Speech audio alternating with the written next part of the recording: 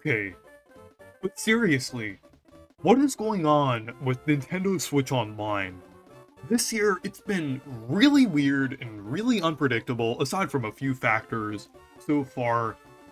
And I don't know, it seems like Nintendo is treating this very weirdly, and for some reason is doing an even slower drip feed for some of the systems, despite the fact that it seems like we're nearing the end of the Switch life cycle and everything.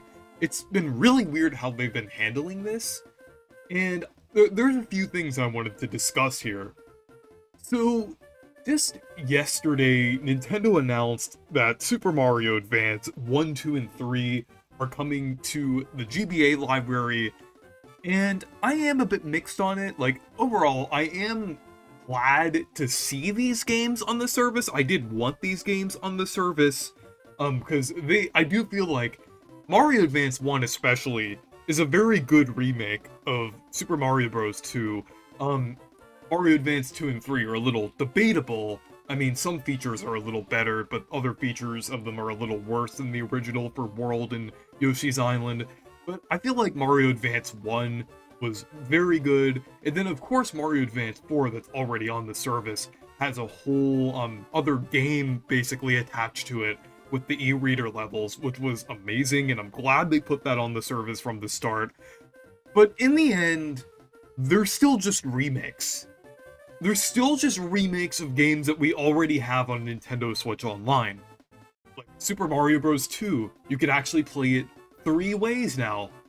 Like, at least the US version of Mario 2. Like, you could play it on, the NES, Nintendo Switch Online, then you can play it on Super Mario All-Stars, on the SNES service, then now you can play it on the GBA one. So there's like 3 ways of playing Super Mario Bros. 2, and then Super Mario World, there's 2 ways of playing that, and then 2 ways with Yoshi's Island. It's weird, because, I mean, while they do change some things in these remakes, they're not as substantial as the e-reader levels, and I do think they should have, like, it's still good that they're adding them, but they really should have been added along with something else. Like, it's kind of disappointing that the once-in-a-2-month Game Boy Advance game is being taken up by something that we technically already have on Nintendo Switch Online. But I feel like it really would have been better if they packaged it with something like Mario vs. Donkey Kong, or even Mario Pinball Land. I know not everyone likes that game, but like, it would have been better than just remakes. Like, it's pretty weird. I mean, it is good that we're getting all of them at once. Like, I still am gonna play these, like Mario Advance 1 and everything. It is good that we're getting them, like, at the same time, not spread out, like, for every 2 months, like it seems like they're releasing these Game Boy Advance games. But I feel like they could have squeezed in one more game here, like one more original Mario game on here. I know there aren't that many original Mario games on the GBA. They're most of the original ones are just spin-offs. But I feel like Mario vs. Donkey Kong would have been good to kind of put alongside it. I was really hoping for something original, like Amazing Mirror or Wario Land 4 to be added to it, but I guess we're gonna have to wait another few months for something like that, because the output has been very slow with the Game Boy Advance, and I'll touch on that in a little bit, but yeah, I have a bit of mixed feelings on the Mario Advance games on the GBA service. And like I said, with the 2-month schedule, I feel like the release schedule for these games has also been very weird, because it seems like every month they alternate between GBA and Nintendo 64 games. Like before, every month they had a Nintendo 64 game, like up until they announced the Game Boy and GBA games back in February. I don't think there was a game in December of last year, but I feel like that was the exception. Most other months had at least one Nintendo 64 game. So now it seems like the drip feed this time is a lot slower, and it just seems like they're like alternating between the two. And it especially doesn't help on the GBA side, where there's barely any games on there so far. the GBA would definitely benefit from, like, games each month. Like, ideally, 2 games a month on GBA. I mean, it's good that we're getting more this month, but they really should have been putting out, like, 2 per month, because there are a lot of GBA games, like, a lot of notable ones, so it would have made sense to kind of release them at a more consistent schedule, and then continue to release the Nintendo 64 games, like, with 1 game per month alongside the GBA games, not, like, alternate. Like, they could have the GBA games at the beginning of the month, and then a Nintendo 64 game towards the end of the month. I feel like that would be a much better schedule for how they could be doing this. But yeah, and it's just really inconsistent, and it's just, like, kind of making the drip feed a little worse. I feel like we got hit with, like, another monkey's paw situation from Nintendo. Like, where we're getting the GBA and Game Boy games, like, we've wanted those for quite a while, but they're releasing them, like, just as badly, if not worse, than how they released the Nintendo 64 games. It's just really inconsistent. Well, I mean, I guess it is kind of consistent, but it's just very weird how they're doing it. But one thing that is inconsistent is the way that they're releasing these games, because sometimes they package them together and release multiple at one time, and then sometimes they just only do one. It's weird. Like with Mario Party and Mario Advance, they released those games together, but with the Mario Party games, they didn't package Mario Party 3 with it. And with Pokemon Stadium, they didn't package Pokemon Stadium 2 with it, which was weird. And for Metroid, that was only 1 game back in March, so they really should have put Metroid Zero Mission or a game like that alongside Metroid Fusion. That would have worked much better, and I feel like this schedule would work a lot better if they released, like, multiple of these games at a time. I mean, Nintendo 64 games, I mean, it's not as bad to release, like, 1 game per month for that, but with GBA games, that's definitely a bit lacking, considering the fact that GBA games tend to be smaller than Nintendo 64 games if they're not RPGs. So, yeah, it's just very weird and inconsistent how they package and release these games. And it's also very random when we'll get, like, NES, SNES, and Game Boy games. Because, like, it seems like that schedule has been, like, very inconsistent, especially compared to how they're releasing Nintendo 64 and GBA games now. Like, before we got the Game Boy, SNES, and NES games in March, like that batch of games we got there, before that, the last batch of them was in July of 2022, which is, like, not exactly a year, but still, like, a very large gap of time in between how they're releasing these games. Maybe since we have Game Boy now, maybe they're doing them every 2 months, which would make a little more sense. But with Game Boy games, just like the GBA, there aren't that many on the service. So it would benefit if they were to do that every month. Maybe not for NES and SNES games, because, I mean, they've already gone through most of the major and notable NES and SNES games.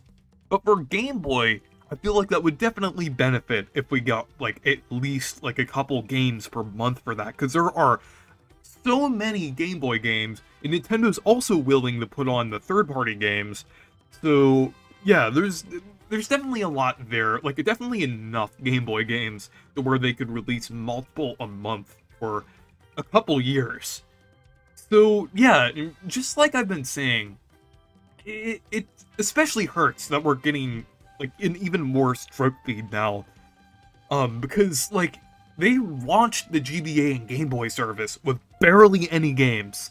I mean, these services should have had at least 15 games, maybe 20 games at the minimum, because they're very comparable to how the NES and SNES games are, like, in terms of graphical capabilities and everything. And like the NES and SNES, I think they had about 15 to 20 games when they released on NSO, so it would have made a lot more sense if they had more games on those services. Like, right now, we only have 10 GBA games and 7 excluding the remakes, and I consider the e-reader levels in Super Mario Bros. Or Super Mario Advance 4, Super Mario Bros. 3 that count as its own game, so I'm not really counting that fully as a remake. So yeah, 7 to be generous. The others are just remakes. And then 11 Game Boy games. And with the roadmap that we got back in February, we only got a single GBA game from that roadmap, and then 0 from the roadmap of Game Boy games. So like I said, it's continuing to be inconsistent and not transparent at all with what we're getting from this. And, like, it's just, like, they didn't say we were, I mean, it's good that we're getting the Mario Advance games, like, finally on the service, but they didn't really indicate that before. And it's kind of weird because most people were expecting games like Fire Emblem, Golden Sun, and Kirby, like Kirby's Amazing Mirror. So yeah, it's just kind of weird how they're handling it. And then I feel like Dreamland 2 wasn't even a part of the roadmap for Game Boy games. I mean, that game is good, but it's weird that they didn't include it on there. And then on the other hand, like with Nintendo 64 games, like on the other side of like the expansion pack and everything, like only 2 games were released this year, being Pokemon Stadium and GoldenEye 007. And there's still 4 games from that roadmap that are left. Like, and if they're going by the current schedule right now, that means those 4 games planned for this year are going to be the only 4 games that release this year, like for the rest of the year on Nintendo 64. Which is pretty disappointing. Like, Pokemon Stadium 2 should have released alongside Pokemon Stadium. And Mario Party 3, while I'm really looking forward to that game, really should have released alongside Mario Party and Mario Party 2. And then the other ones are 1080 Snowboarding and Excitebike 64. Not bad games at all. They're pretty good games, but those games really shouldn't carry an entire month. Like, those games should be bundled together. They're like I said, not bad games at all, but they're still much smaller in scope than a lot of the other games on Nintendo Switch Online, and really should be bundled together. Like, they shouldn't be standalone for a month. Like, I didn't like how they did that with Wave Race and Pilot Wings. Those games really should have been, like, bundled together and everything. So, yeah, I don't like that Nintendo's using these games to carry an entire month for the expansion pack. Definitely not a good move. I feel like, ideally, all of these games set for 2023 that was back, all the way back at the September Direct, should have released already. It's kind of ridiculous that we still have, like, most of the games on there that haven't released yet. It's just crazy, because we're still missing so many notable games for the Nintendo 64. Like Smash 64, a lot of people have been wanting that. Definitely a pretty big game that could be on there. Banjo-Tooie, since we have Banjo-Kazooie on there, that would make a lot of sense. Donkey Kong 64, I know that's not like a widely received game. I know not everyone likes that game, but that would still be nice to see on the service, because I heard it's pretty underrated and I still wanted to play it. Because my personal copy of Donkey Kong 64, I can't play that since I don't have an actual Nintendo 64 expansion pack, so I think it would be nice to see it on a platform that I can actually play it on. Maybe I'll get it on Wii U, since I have a modded Wii U, but anyways, Diddy Kong Racing, another great game. I would say that's better than Mario Kart 64. Surprised we haven't seen that, because it's a pretty iconic game. Perfect Dark, Mischief Makers, Cruisin' USA. There's so many games for the Nintendo 64 that are missing that they haven't announced yet.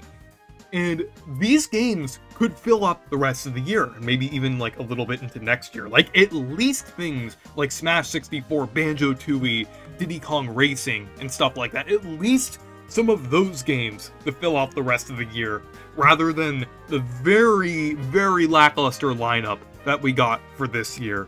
Like, I don't have anything wrong with the games that are releasing this year. They're all fine games, but they really shouldn't carry an entire year, like Mario Party 3, Pokemon Stadium 2, then the sports games, and GoldenEye 007. It just doesn't really seem like a good lineup of games. That's only 6 games for an entire year.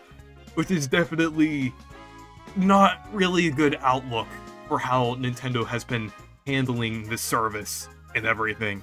It's just, especially since we're paying $50 per year for this. Like, it's definitely pretty lackluster. Like, there's definitely a much better way they could be handling this. Like, at the very least, they could be releasing one Nintendo 64 game per month, then like 2 GBA games per month, and then a couple Game Boy games per month. That's what they should be doing. I feel like with Sega Genesis, that's kind of weird. I don't really know how they, like, I feel like it would also benefit from a couple Sega Genesis games per month, like a more consistent schedule for that as well. Just the schedule they have now is just bizarre, especially, like I said, due to the fact that the expansion pack and the higher prices are a thing. And yeah, it's just not a good look right now for Nintendo Switch Online. Not a lot of people have been talking about this, probably due to, like, Tears of the Kingdom and Pikmin 4 and some of the other upcoming games and the uncertainty of the rest of this year, which is a topic for another day. Like, that's definitely another notable Nintendo topic to talk about, because it's very weird how Nintendo's been structuring this year.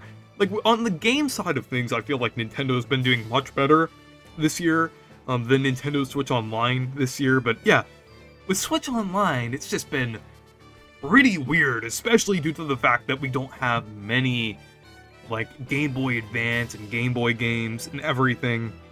And then finally, there's also Pac-Man 99, which has been shutting down, which was an incentive that was a part of Switch Online and everything, and they have no new alternatives for that either. So, pretty disappointing to see, like, one of the free incentives that they advertised with Switch Online to be shut down. And yeah, it's just a pretty weird, like, outlook of how Nintendo Switch Online is looking right now. Not, like, I feel like it's definitely just really weird, and the drip feed, I feel like, has gotten, like, a little worse this year, surprisingly, even though we've gotten 2 new systems. But yeah, anyways, thank you guys for watching this video. Make sure to leave a like and subscribe for more, and make sure to check out my Discord server if you want to. Goodbye.